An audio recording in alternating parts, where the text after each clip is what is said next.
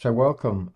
Just like to show you this little gadget that I recently bought. Elano battery charger for Fuji cameras.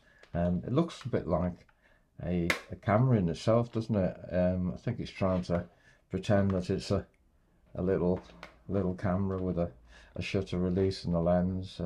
Quite a clever little design, but effectively what it is, it's a powered up USB-C cable to a charger, and then there's two slots there, one for each battery, and then all you do is put your battery in there, channel 1 and channel 2, and just charge it up, and you can charge your batteries on the go, which I found quite useful. It's got a little slot here.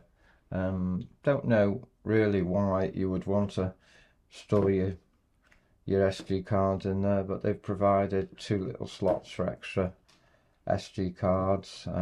They just slot in there, and the other one, I guess you put the other one in there.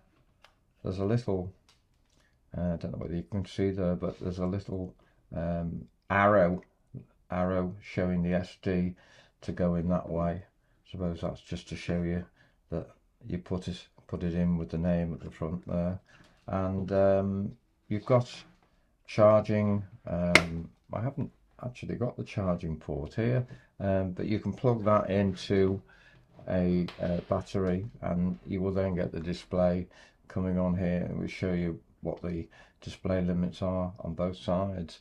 So that's just to show you a little gadget there, so that you can consider whether you want to do it. I actually use my Fuji camera quite a lot for property work, and therefore the batteries are always going a bit low. You do find though that batteries are a bit of a vain subject, aren't they? A pain in subject. Fortunately, I've upgraded quite a lot of my batteries to get some decent power. The Swiss batteries seem to be pretty powerful, and they tell you what the battery status is on the back of them, so they're pretty good. And then I'm using V-mount battery for the Canon camera, which will give me a good hour or two power on that, and I can swap them out. Because it's powering off that, I'll be able to swap out the battery if it goes low.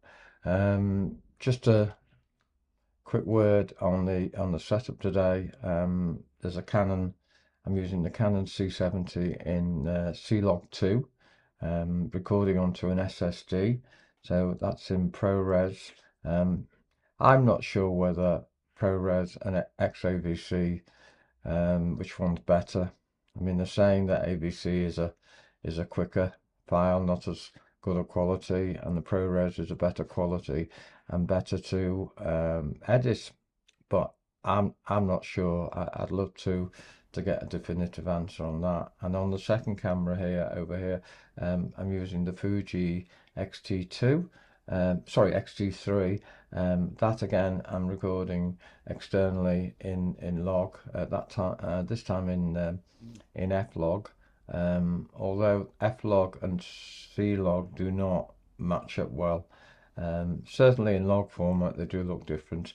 And then finally the overhead camera, which I'm using an XT2 on that, and that's recording straight onto the SD card in log, F-log as well. So no external monitor on that. So that's the setup, and we're just going to see how it pans out, and how I can put together and color grade this footage.